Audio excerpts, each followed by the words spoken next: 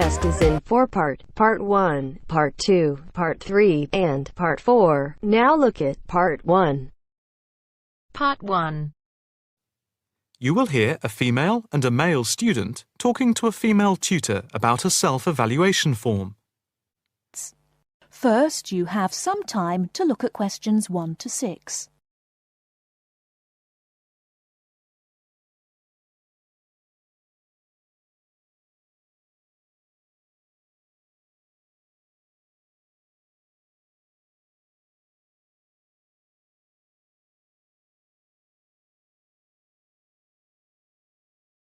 Now we shall begin. You should answer the questions as you listen, because you will not hear the recording a second time. Listen carefully and answer questions 1 to 6. Now, Mark and Anna, I have to say that I thoroughly enjoyed your joint presentation on the application of robotics in a non-industrial setting to the group on the 2nd of December, and it is clear that you have both devoted quite a lot of time and effort to it. Have you had a chance to fill in the self-evaluation form for the session? Yeah, we have. So, Mark, what do you think overall? Well, generally I felt the presentation worked very well. In fact, we seemed to hold the attention of the others throughout. And the pace of delivery was fairly even, as were the range of activities we organised. I agree with Mark, but I'm not sure we were comprehensive or academic enough. No comment, really, except that I don't think there was any question of it not being thorough. I think we were a bit too chatty and too jokey at times, rather than formal. OK, what do you think were the best areas? And which do you think can be improved on? Well, everything could have been improved on. I felt very good about the handouts. We'd spent a lot of time putting them together. They had a very professional appearance as we bound them into a booklet. To me, the handouts were the best part, as we had a very extensive bibliography and the booklet seemed to go down well. The booklet you did for the handouts certainly showed you had done a lot of work. But I think that you put too much material into it, and people got distracted by it. Perhaps you could have cut the handouts by about a third. I see. When I come to think about it, maybe you're right. OK. But there were times in the middle of the presentation where things did go a bit astray. I think that was my fault when I got the PowerPoint slides out of sequence and I had difficulty getting back on track. I also think we rated our technical ability too highly, especially when operating under pressure. I had never done a presentation with technical equipment before, so it was a steep learning curve for me in particular. Yes, I think you could have done with a bit more practice with the equipment beforehand. Before you hear the rest of the conversation, you have some time to look at questions 7 to 10.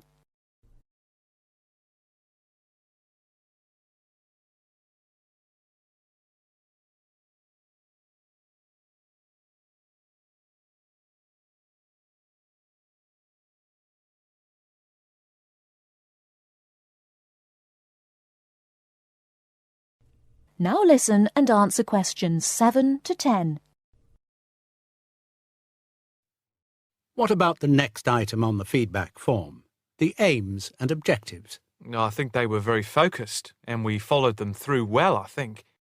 We wanted to show how Europe was lagging behind other areas of the world. Yeah, I think they were clearly set out. Yes, agreed. No comment there. The diagrams and charts were appropriate. Yes, I have put that too. They did work well in helping to illustrate and break up the presentation by cutting down on the number of words and text on the screen. What about delivery?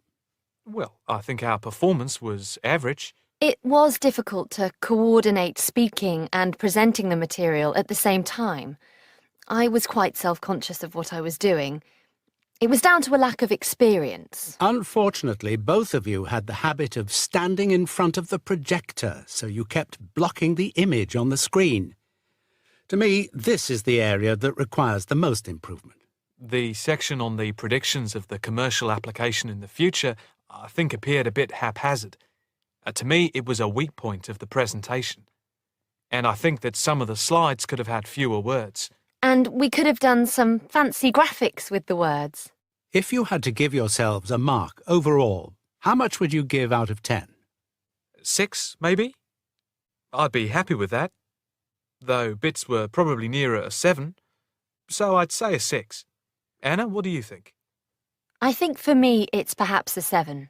OK, did you find the task and the evaluation useful? That is the end of part 1. You now have half a minute to check your answers.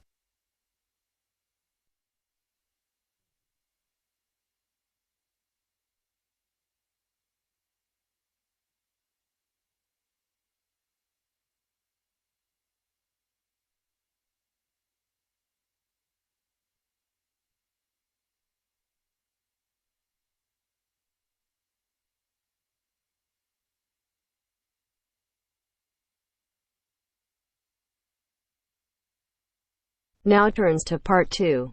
Part 2. You will hear a tour of a newly renovated health club. First, you have some time to look at questions 11 to 15.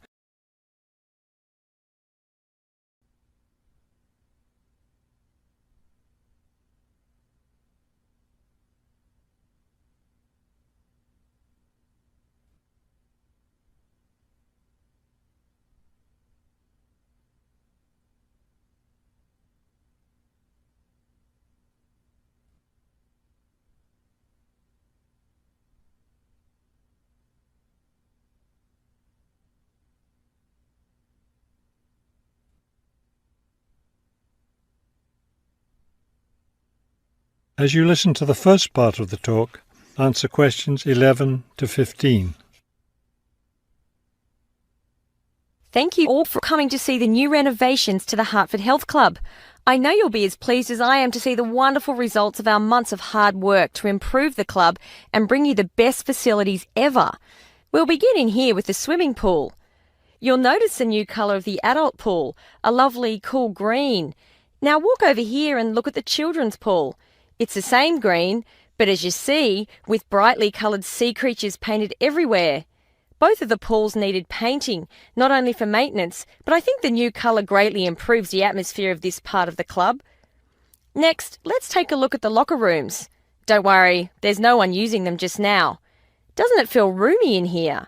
We've expanded both the men's and women's locker rooms, so now they'll be much more comfortable to use. There are bigger lockers, a good deal more room in the dressing area, and more places to store extra towels and equipment. Be careful as you walk through here. The floor's just been polished and may be a bit slippery. Let's go up to the exercise room next. Here, you'll notice a new floor. Walk on it. Doesn't that feel comfortable? It's a special material, softer than the old floor, an ideal surface for jogging and exercising. They had to move all the exercise equipment out while they were working on the floor, but don't worry, it will be brought back in before the end of today. Let's step outside now and look at the tennis courts. We haven't done a great deal here except to the equipment. We replaced all the nets and the ball throwing machine. Otherwise, everything is the same as it was before. Let's walk down this hallway, and here we are at the club store in its new location. We thought here by the entrance was a better place for it than where it used to be by the swimming pool. But it still has all the same items for sale, sports equipment and clothes in the club colours. Before you hear the rest of the talk, you have some time to look at questions 16 to 20.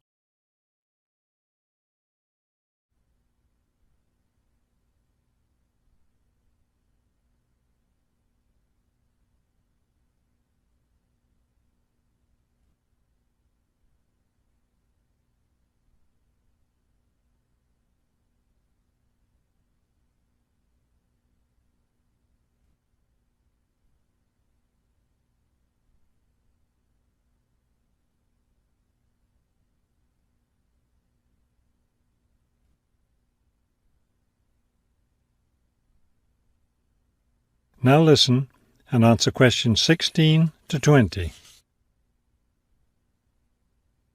We're excited about the upcoming activities and events to take place in our newly renovated club. Now that the pools are ready for use again, swimming lessons will begin tomorrow for both adults and children.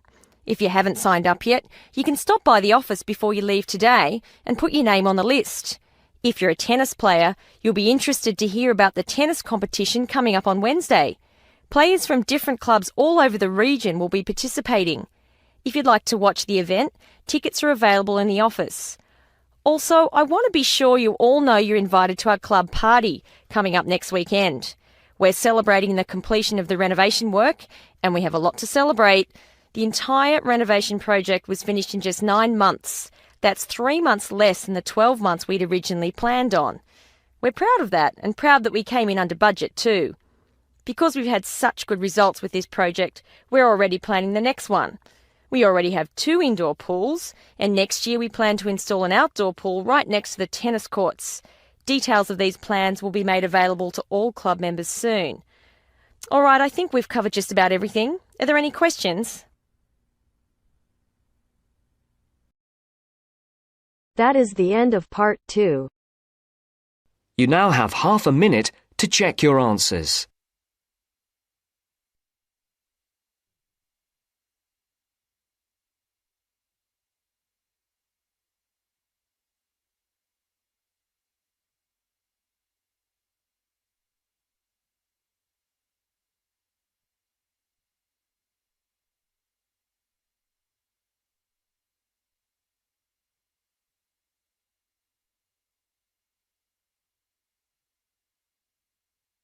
Now turns to part 3. Part 3. You are going to listen to a lecture on language learning. First, you have some time to look at questions 21 to 25.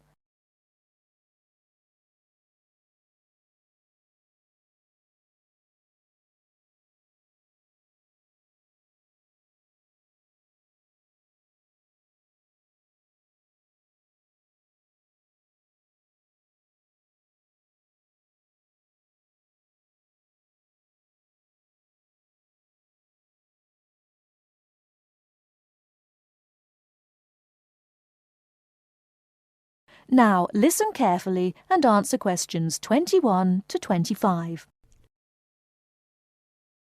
This is the first in our series of lectures on language learning.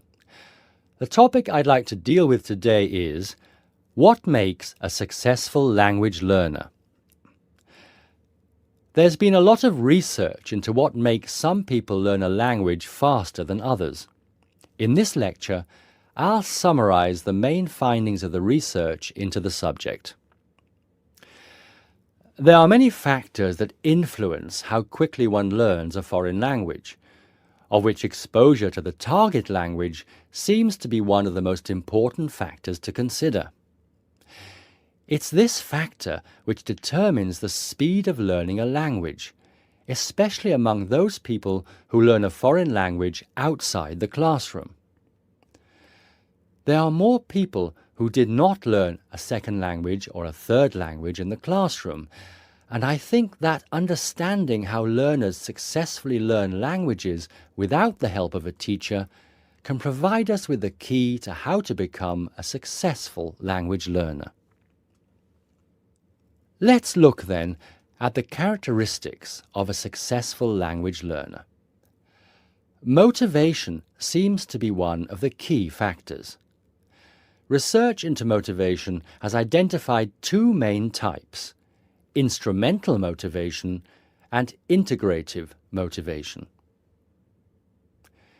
Instrumental motivation is the kind of motivation that encourages people to learn a language for practical reasons, such as getting a job or passing an examination. Learners with this kind of motivation intend to use the target language as a tool or instrument to help them achieve a goal. Integrative motivation is what encourages learners to learn a language in order to communicate and socialize with others who speak the language. The primary aim for learners with integrative motivation is to use the language to integrate and identify with the community that uses the language. Immigrants, or people who are married to speakers of another language, are motivated in this way. Although most people have mixed motivation, research into language learning and acquisition suggests that integrative motivation produces much better results and is an important characteristic of successful language learners. Before you hear the rest of the talk, you have some time to look at questions 26 to 30.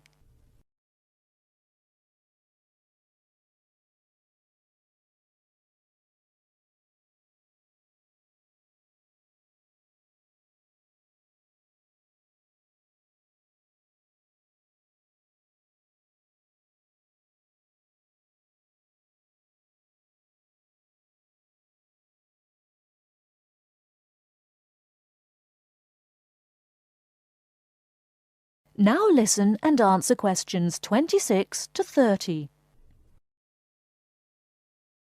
Personality is another important factor in language learning. One does not need to be an extrovert to learn a foreign language, but willingness to experiment and take risks is essential. Introverted or anxious learners who are afraid of making mistakes find it harder to learn a language. Good language learners will try to experiment with different ways of learning vocabulary or grammar until they find the way that suits them best. Language is a complex system. Successful language learners often design complex learning systems to master a language. They think about how they learn and organize their learning accordingly. They develop their own learning style and use a range of learning skills such as efficient revision techniques, systems for learning and organizing vocabulary, the ability to monitor their own speech, and the ability to plan their learning. Finally, age is another major factor to be borne in mind. Children seem to be in the best position to learn a foreign language rapidly and with the best results. Older learners can also be very successful and become proficient at using a language. Adult learners who make decisions about their learning and are independent of the teacher, who are analytical and aware of how they learn, and who take responsibility for their learning, stand a very good chance of learning a foreign language successfully.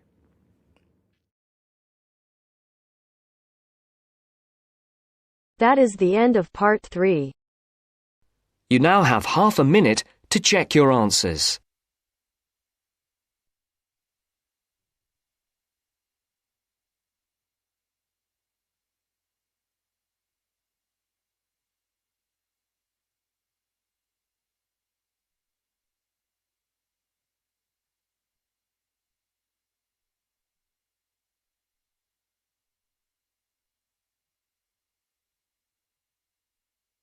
Now turns to part 4. Part 4. You will hear part of a lecture about psychological testing. First, you have some time to look at questions 31 to 40.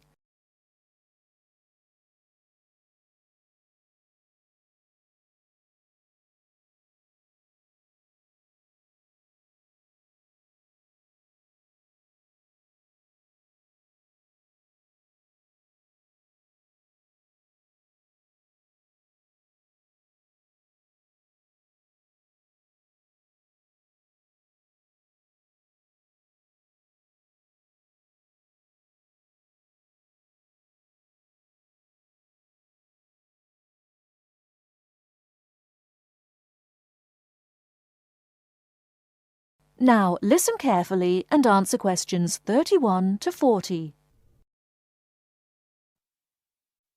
Hello, my name is Alexandra Blaby, and today I'll be talking about one of the ways in which personality can be assessed, psychometric testing. Psychometric literally means measuring the mind, and there are many carefully constructed tests which attempt to carry out this process. Probably the most common use for these tests is to help people find out the careers that most suit their personality. Many employers ask new job applicants to take a psychometric or personality test as part of their selection procedure. One of the features of this type of test is that there are no right or wrong answers to the questions. For this reason, it would be more accurate to call them assessments rather than tests. There are 4 main types of personality test currently in use. These are questionnaires, ratings tests, projective tests, and objective tests. Let's start by considering questionnaires, as these are by far the most common method. Here, subjects are asked between 50 and 100 questions about themselves. A typical question might be, "Do you enjoy spending time alone?" There are 2 advantages to questionnaires. Firstly, they are easy to administer, and secondly, the questions are answered by the person who knows the subject best, themselves. By contrast, a ratings test is done by someone who knows the subject well rather than the subjects themselves. A rater might be asked, for example, to agree or disagree with a statement about the subject. A typical statement might be, "He laughs a lot." The effectiveness of ratings tests depends on how well the rater knows the subject. Projective tests ask the subject to make sense of information which is unclear in some way. In the famous ink blot test, for example, subjects have to say what a patch of ink on a piece of paper looks like to them. Finally, objective tests. In these tests, the subject has to engage in a physical activity. How they do it will tell the tester something about their personality. For example, the subject might be asked to blow up a balloon until it bursts. From observing how the subject does this, the tester will be able to say how timid or brave he or she is.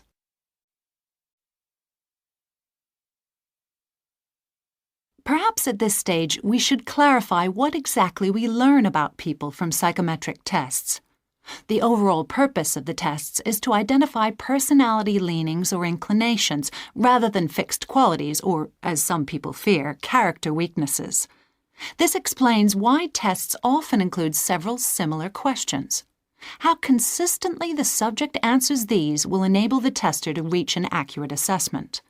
Incidentally, the assessment procedure may be carried out by a psychologist or another trained individual, but is most frequently done automatically by a computer. The effectiveness of any method which asks questions, of course, is heavily dependent on the individual's willingness to answer a set of standard questions. One of the most well-respected psychometric tests is the Myers-Briggs test, which asks subjects about their preferences in 4 main areas. Firstly, the test asks people where they direct their energy, to the outer world of activity or the inner world of thoughts and emotions. Secondly, people are asked how they prefer to process information, in the form of known facts or in the form of possibilities. The third area is decision-making. Do people make decisions on the basis of logic or of personal values? Lastly, Myers-Briggs tests ask people how they prefer to organize their lives, in a structured or a flexible way. Although there are those who disapprove of personality testing, there is no doubt that it is here to stay. Human beings have always been curious to find out about themselves and others. Psychometric testing gives them an objective, scientific means of doing this. Well, that's all for today. Tomorrow I'll be examining ways of measuring intelligence. That is the end of part 4. You now have half a minute to check your answers.